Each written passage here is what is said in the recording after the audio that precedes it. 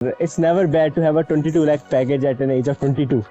तो मुझे जेन्युइनली लगा उस टाइम पे कि मेरे से ये चीज़ नहीं हो पाएगी, मुझे समझ नहीं आई फिजिक्स से। आईआईटी से पढ़ के लोग बहुत डाइवर्स फील्ड में करियर बना ले जाते हैं। वो अच्छे एक्टर बन जाते हैं, स्पिरिचुअल लीडर बन जाते हैं, पॉलिटिशियन बन जाते हैं, एंटरप्रेन्योर्स बन जाते हैं, कॉमेडियंस बन जाते हैं। अब हमारी बिजनौर की ऑडियंस जो है उसके लिए एक बहुत गुड न्यूज़ है और एक सरप्राइज है।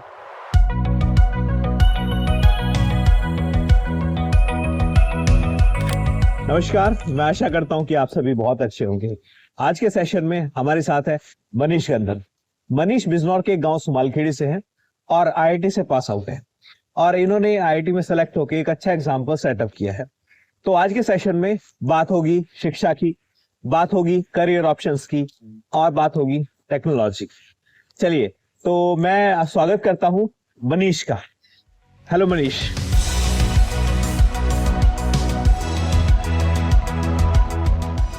Manish, please introduce yourself. Hello, thank you for having me sir. मैं बिजनौर सुमालखेड़ी से बिलोंग करता हूँ और मैंने अपनी schooling army public school Amritsar से करी है और उसके बाद मैंने अपनी जेईई की प्रिपरेशन करी। फिर मैंने आईआईटी बीएचयू में एडमिशन लिया और उसके बाद मैंने अलग अलग कॉर्पोरेट कंपनीज में काम किया है, ई कॉमर्स में और बीएफएसआई इंडस्ट्री में। तो मनीष, सबसे पहले आप प्लीज बताइए हमारे दर्शकों को कि आईआईटी किस टाइप के कॉलेज होते हैं, उनमें सिलेक्शन का क्या प्रोसेस होता है और इससे मतलब ये नॉर्मल कॉलेज से कैसे अलग होता है। जी, जब हम बात करते हैं आईआईटी स्टूडेंट्स की तो देखिए ये एक सेलेक्टेड स्टूडेंट्स होते हैं, ठीक है, जिनकी ट्रेनेबिलिटी काफी अच्छी होती है क्योंकि उनका टेक्निकल टेम्परामेंट काफी अच्छा होता है। इस वजह से जो टॉप कॉर्पोरेट कंपनीज हैं वो प्रेफर करती हैं आईआईटी से हायर करना, जिसकी वजह से जो पैकेजेस हैं, जो प्लेसमेंट है, जो कह सकते हैं एक एस्पिरेंट का सबसे सेंटर ऑफ थॉट होता है जब वो आईआईटीज के बारे में सोचता है। तो yes, this is right, we have good packages और it's never bad to have a 22 lakh package at an age of 22। उसके अलावा जो एक बहुत इंपॉर्टेंट चीज है आईआईटीज में जो बच्चे मिस आउट कर देते हैं, that is the ability of research. Okay, यहाँ पे गवर्नमेंट फंडेड सेंटर्स होते हैं, लैब्स होती हैं। फॉर एग्जाम्पल मैं अगर बताऊं, मैं मेटलर्जी डिपार्टमेंट में था तो वहाँ पे गवर्नमेंट ऑफ इंडिया द्वारा प्रायोजित एक एडवांस मेटलर्जिकल लैब थी और इसी तरह से जो टॉप फैकल्टीज है वो आपको वहाँ पे अवेलेबल होते हैं। और भविष्य में अगर आप एकेडमिक्स में या रिसर्च में करियर परस्यू करना चाहते हैं तो फ्रंटियर्स पे काम कर सकते हैं, वहाँ पे आपको बहुत अच्छा प्लेटफॉर्म मिल जाता है। उसके अलावा स्टूडेंट लाइफ की बात करूँ तो वहाँ पे बहुत वाइब्रेंट स्टूडेंट लाइफ होती है। साउथ एशिया का सबसे बड़ा fest mood Indigo IIT Bombay में होता है और इसी के साथ जो आपका पीयर कम्युनिटी होती है, आई think that is really special क्योंकि आपके साथ के लोग, आपके एलुमनाई, वो आपको एक ऐसा माहौल, एक ऐसा आपको समाज बना के देते हैं जिससे मुझे लगता है आपकी ग्रोथ में और आपको किसी भी फील्ड में जाना है आपको वहाँ पे बहुत हेल्प होती है। और उसके अलावा ऑफ कोर्स एक सोशल रिकॉग्निशन का फैक्टर है। आई थिंक आप जहाँ भी जाते हैं आपको एक सम्मान की नजर से मिलता है and that is world wide. तो मनीष, आप बिजनौर से हैं, बिजनौर में आईआईटी की प्रिपरेशन का कल्चर कैसा है? जी, बहुत अच्छा सवाल पूछा आपने।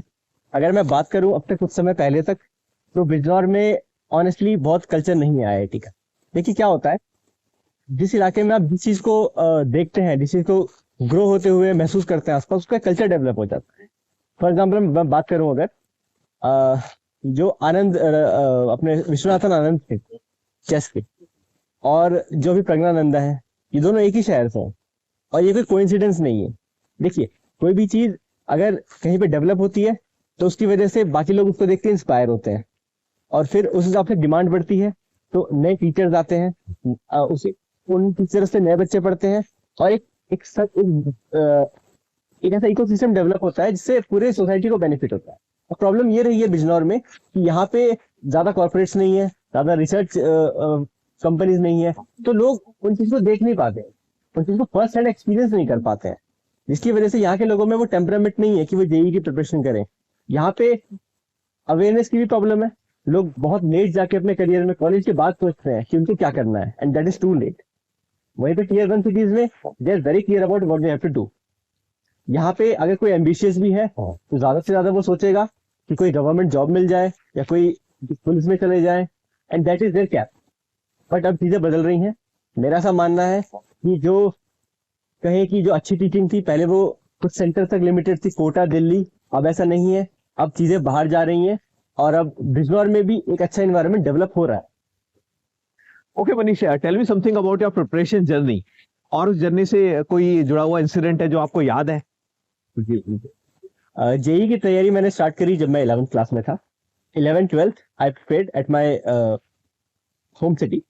उसके बाद the rank I got, I was not satisfied with it.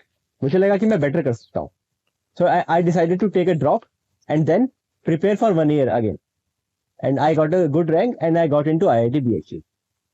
हाँ, मुझे एक किस्सा जो याद आता है, मेरी पहली क्लास थी, I was in school in class 11 and they were teaching about centripetal and centrifugal forces. So I was a lot confuse actually. तो मुझे समझ नहीं आता था कि ये सेंट्रीफ्यूगल फोर्स अगर इधर है तो सेंट्रीफ्यूगल उधर है तो बैलेंस क्यों नहीं होता है। I was all confuse about it. तो मुझे जेन्युइनली लगा उस टाइम पे कि मेरे से ये चीज नहीं हो पाएगी, मुझे समझ नहीं आई फिजिक्स से। But then I remember I came to you, मैंने आपसे कहा कि सर मुझे समझ नहीं आ रहा है। तो आप एक उसी टाइम पे एक छोटा सा लेमन और एक थाली लेके आए, आपने उसमें लेमन को घुमाया और आपने बताया कि जो इस थाली की वॉल है वो लेमन पे जो फोर्स लगा रही है और ये लेमन जिस थाली पे जो फोर्स लगा रहा है, ये इनको कैसे उनका रिलेशन होता है आपस में सेंट्रीफ्यूगल से। तो उस टाइम के बाद से फिर मुझे लगा कि नहीं, आई कैन डू इट। और वहां से जो फिर प्लेटफॉर्म मिला, जो इंटरेस्ट डेवलप हुआ, अल्टीमेटली लास्ट में जाके फिजिक्स ही मेरा सबसे फेवरेट सब्जेक्ट बना। And I think you have a certain role to play in that. Okay, Manish, इस प्रिपरेशन जर्नी में टीचर का कितना रोल है? और क्योंकि मैं फिजिक्स का टीचर हूँ, तो आप फिजिक्स के रिगार्डिंग बताइए। देखिए, हाँ, बिल्कुल सही बात है। IITs में टीचर का रोल बहुत होता है IIT की प्रिपरेशन में, लेकिन मुझे लगता है फिजिक्स, केमिस्ट्री, मैथ तीनों का थोड़ा एक अलग फ्लेवर है, कह सकते हैं। केमिस्ट्री में जहाँ पे आपको मेमोरी बेस्ड होता है थोड़ा सा, खासकर आपकी ऑर्गेनिक और रिएक्शंस और इनऑर्गेनिक के कुछ पोर्शन ऐसे होते हैं जहाँ पे आपको मेमोरी चाहिए। Maths is more about practice, ठीक है। एक सर्टेन लाइन ऑफ थॉट मिल जाता है आपको, उसके बाद आपको उन्हीं लाइन ऑफ थॉट में मल्टीपल क्वेश्चंस करने हैं and you get better and better at solving math question. और फिजिक्स जहाँ पे आती है, मुझे लगता है सबसे ज्यादा रोल एक टीचर का फिजिक्स में। कैसे? फिजिक्स में कंसेप्ट होते हैं, ठीक है। उन कंसेप्ट को विजुअलाइज करना, उनको फील करना बहुत इंपॉर्टेंट होता है। अब मुझे लगता है यही एक स्टूडेंट की लर्निंग में पॉइंट ऑफ इन्फ्लेक्शन आता है। उसके बाद एक बार उसको चीजें समझ आने लगी, देन ही can do really difficult questions. अच्छा, तो मनीष, अगर हमारे टाइम की बात करें, जो जिस समय पे हम प्रिपेयर किया करते थे, तो उस समय पे सिर्फ ऑफलाइन ही एक मोड होता था एजुकेशन का, और उसी के थ्रू बच्चे प्रिपेयर किया करते थे अपने IIT JEE के लिए। लेकिन आजकल ऑनलाइन भी है, ऑफलाइन भी है, और काफी सारे यूट्यूब चैनल्स हैं जो लाइक पूरी प्रिपरेशन कराते हैं, और काफी चीप कोर्सेस है। तो आपको क्या लगता है कि इस चीज के आने से क्या टीचर का रोल एकदम डाइल्यूट हो गया है, और या फिर बुक्स का रोल डाइल्यूट हो गया है? इस बारे में आपको क्या लगता है? करेक्ट। आजकल ये बहुत डिबेट चल रही है ऑनलाइन और ऑफलाइन। देखिए, मैं एक एस्पिरेंट के पर्सपेक्टिव से बता सकता हूँ। हर चीज के दो साइड होते हैं, पॉजिटिव और नेगेटिव। टेक्नोलॉजी की मदद से और जो ऑनलाइन मॉडल है उसकी मदद से आप एक बहुत लंबे एरिया तक अपने टीचिंग पहुंचा सकते हैं। एंड एज ए स्टूडेंट आप बहुत अगर आप रिमोट बैकग्राउंड से आते हैं तो भी आप एक्सेस कर सकते हैं। That is the plus side of. लेकिन एट द सेम टाइम काफी नेगेटिव साइड्स भी हैं। देखिए, IIT JEE की जो प्रिपरेशन है, it requires a lot of focus and attention, ठीक है। अगर मैं अपनी बात करूं तो हमारे टाइम पे 2-2 घंटे की 3 क्लासेस होती थी, और उसके बाद भी हमें 4-5 घंटे सेल्फ स्टडी करना पड़ता था। तो मान लीजिए 10-12 घंटे की स्टडी। मुझे नहीं लगता कि एक 17-18 साल का लड़का या लड़की उस एज में इतना कंसंट्रेशन मोबाइल पे या फिर किसी भी स्क्रीन पे देख सकता है। दैट स्टूडेंट और aspirant is bound to get distracted, और इस जर्नी में कंसंट्रेशन बहुत जरूरी है। इसीलिए मुझे लगता है कि एक हद से ज्यादा मोबाइल से पढ़ना, अगेन क्वालिटी में कॉम्प्रोमाइज तो कहीं ना कहीं आता है। देखिए, और आप IIT JEE के लिए पूछ रहे हैं, तो मैं तो यही सजेस्ट करूंगा कि अगर आपके पास कोई इकोनॉमिकल कंस्ट्रेंट नहीं है, you can afford it, then you should go for offline coaching. इसमें सर मैं आपसे भी पूछना चाहूंगा, क्योंकि आपने दोनों में पढ़ाया है, आपने ऑनलाइन बड़ी बड़ी कंपनीज में भी पढ़ाया है, लाइक वेदांतु, लाइक आकाश, और आप ऑफलाइन भी पढ़ा रहे हैं आप। तो आप एज ए टीचर के पर्सपेक्टिव से देखें इसे, तो आपको क्या डिफरेंस लगता है ऑनलाइन और ऑफलाइन में? प्लीज बताइए। मनीष, मैंने काफी साल एडटेक इंडस्ट्री में काम किया है, और मेरी माने तो इससे एजुकेशन की जो रीच है वो बहुत बेसिक लोगों तक पहुंची है। गांव तक पहुंची है, छोटे गांव तक, जिन बच्चों को वाकई में जरूरत है। तो edtech industry is beneficial for country. लेकिन दूसरी तरफ अगर मैं बात करूं स्पेसिफिकली जेई की प्रिपरेशन के लिए, तो जेई की प्रिपरेशन जो है एक उसके कराने के लिए एक होलिस्टिक व्यू लेके चलना पड़ता है। बहुत सारी चीजें हैं, क्लास की डिलीवरी है, डाउट सॉल्विंग है, टेस्ट है, बच्चे को पर्सनली आपको मोटिवेट करना पड़ता है, क्योंकि 2 साल की journey is roller coaster ride. तो उस बीच में कुछ ऐसी चीजें आती हैं, बच्चे पढ़ाई से डिस्ट्रैक्शन हो जाता है। तो अगर आप ऑफलाइन में, तो वो टीचर को दिख जाता है कि हाँ, इसके मार्क्स पहले अच्छे आते थे, अब इसके मार्क्स अच्छे नहीं आ रहे। तो टीचर अपने हिसाब से उस बच्चे को मैनेज कर सकता है, उसकी स्टडीज को मैनेज कर सकता है, जो कि ऑनलाइन में एकदम पॉसिबल है ही नहीं किसी भी तरीके से। दूसरी बात यह है कि online industry is more focus on user experience rather than results. Offline को क्या चाहिए कि हाँ, मेरी क्लास में ये बच्चे हैं जो कि बहुत अच्छा रिजल्ट प्रोड्यूस कर सकते हैं, उनके पीछे लग जाओ। ऑनलाइन में ये होता है कि if rating is okay, everything is okay, right. It's just rating centric, कि बच्चे को मजा आना चाहिए क्लास में। अगर मजा आ रहा है तो ठीक है उनके हिसाब से, and they are not focus on results. जी बिल्कुल। ठीक है, तो मेजरली जो एडटेक कंपनीज है उनका फोकस है कि कंपनी को बड़ा बनाया जाए, ना कि रिजल्ट ज्यादा प्रोड्यूस करे जाए। Okay, so they are focus on growth. उनके लिए नंबर्स बहुत ज्यादा मैटर करते हैं कि इतने हमारे यूजर्स हैं, इतनी उनकी रेटिंग्स है, और दुनिया भर की चीजें। मनीष, मुझे एक बड़ी क्यूरियोसिटी आती है कि आईआईटीज में इंजीनियरिंग सिखाई जाती है बेसिकली, लेकिन आईआईटी से पढ़ के लोग बहुत डाइवर्स फील्ड में करियर बना ले जाते हैं। वो अच्छे एक्टर बन जाते हैं, स्पिरिचुअल लीडर बन जाते हैं, पॉलिटिशियन बन जाते हैं, एंटरप्रेन्योर्स बन जाते हैं, कॉमेडियंस बन जाते हैं। तो आईआईटी में इंजीनियरिंग ही पढ़ाई जाती है या कुछ सब चीजों की बेसिक ट्रेनिंग दी जाती है? जी, क्या पढ़ाया जाता है ऐसा?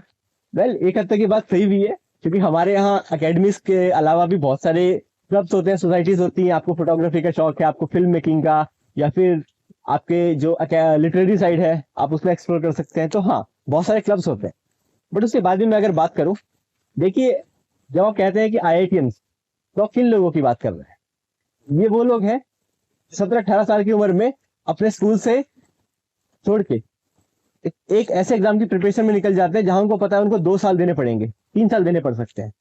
जब उनके साथ के बाकी 90% लोग ये सोच रहे हैं कि मैं बीएससी कर लेता हूँ, मैं हो सकता है कि यार ये बाइक कितनी बढ़िया है, मैं ये बाइक ले लेता हूँ, या फिर वो गर्लफ्रेंड उसकी ऐसी है। आपको लगता है कि इन चीजों से ऊपर भी दुनिया में कुछ है, आप उस पॉइंट पे इसे छोड़ के 3 साल 12 घंटे पढ़ने को तैयार हो। तो ऐसे टेम्परामेंट से जब आप जाते हो, ऐसे हार्ड वर्किंग एटीट्यूड के साथ जाते हो, तो आप लाइफ के किसी भी स्फीयर में जाओ, फिर मुझे लगता है आपके सक्सेसफुल होने का चांस बहुत ज्यादा है, चाहे फिर वो पॉलिटिक्स हो, चाहे कोई स्पिरिचुअलिज्म हो, या फिर कोई और एक्टिंग या इस तरह की फील्ड।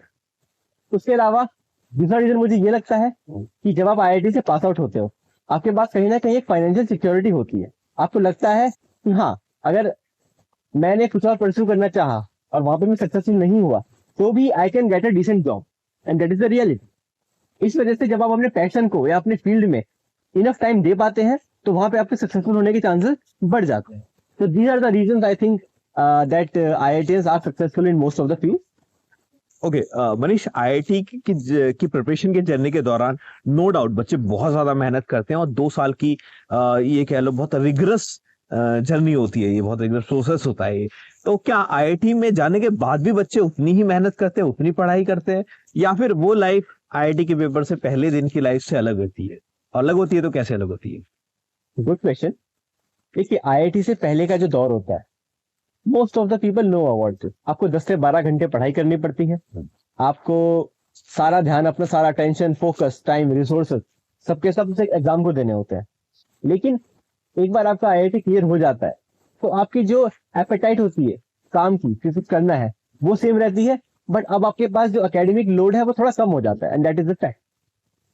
उस टाइम में देखिए, कोई एक स्टैंडर्ड ऑपरेटिंग प्रोसीजर नहीं है कि आपको आईआईटी में जाके ये करना है। वहां पे आपको ऑप्शंस मिलते हैं आपका इंटरेस्ट परस्यू करने के लिए। मैंने हर तरह के लोग देखे across the spectrum.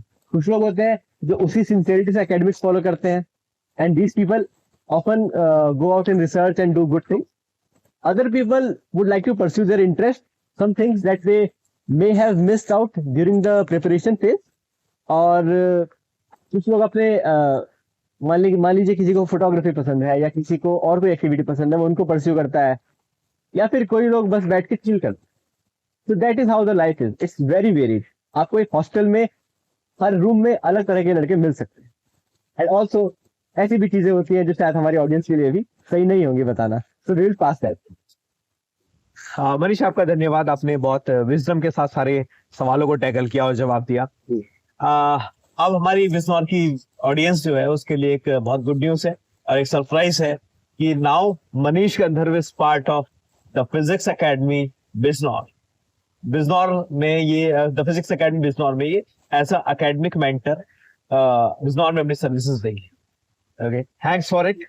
Thank you sir for having me, और बहुत अच्छा लगा आपके साथ ये पॉडकास्ट शूट करके। अब मुझे लगता है कि बिजनौर के बच्चों को भी कुछ इससे सीखने को मिलेगा, और जो आपने मुझे इनवाइट किया इस इनिशिएटिव को ज्वाइन करने का, I really think this is going to be very beneficial for the student community of Bijnor. Thank you.